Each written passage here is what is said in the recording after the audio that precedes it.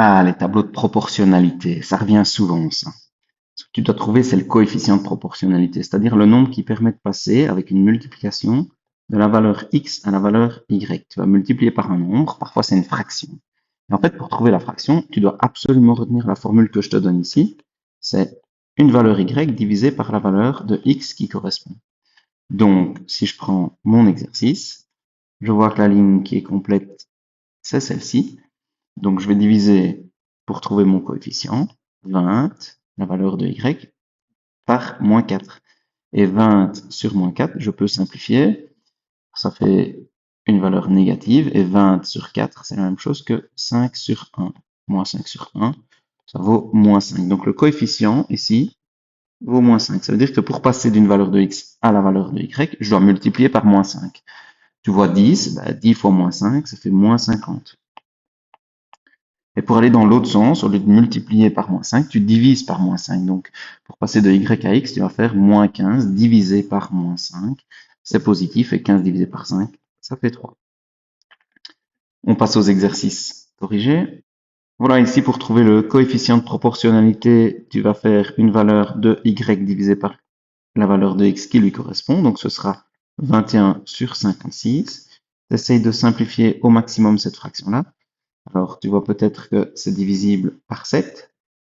Ça fait 3 et ça fait 8. 3 huitièmes. Donc 3 huitièmes, c'est le coefficient de proportionnalité. On a déjà justifié, comme demandé, que le coefficient vaut 3 huitièmes. Et donc, ça veut dire que pour passer d'une valeur de x à la valeur de y qui correspond, on va multiplier par 3 huitièmes.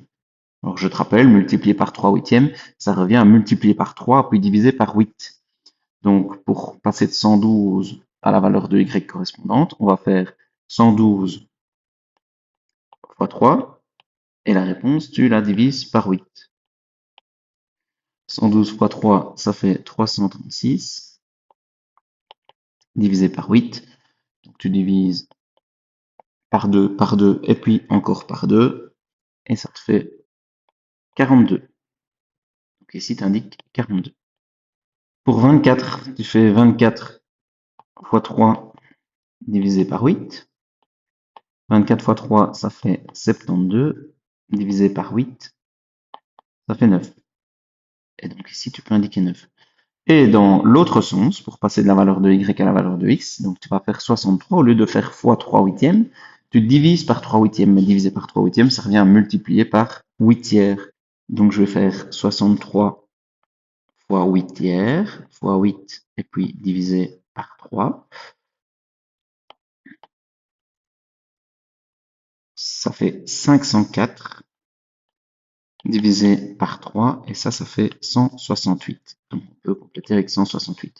Petite astuce, ici en fait, tu aurais pu aussi te rendre compte que la valeur de y de départ était multipliée par 3 ici, donc il suffisait de faire 56 fois 3, ça fonctionnait bien aussi. Ou alors, remarquez que la valeur de x avait été ici multipliée par 2, donc 21 fois 2, tu trouvais aussi 42. Les deux techniques fonctionnent très bien et tu peux utiliser celle que tu veux.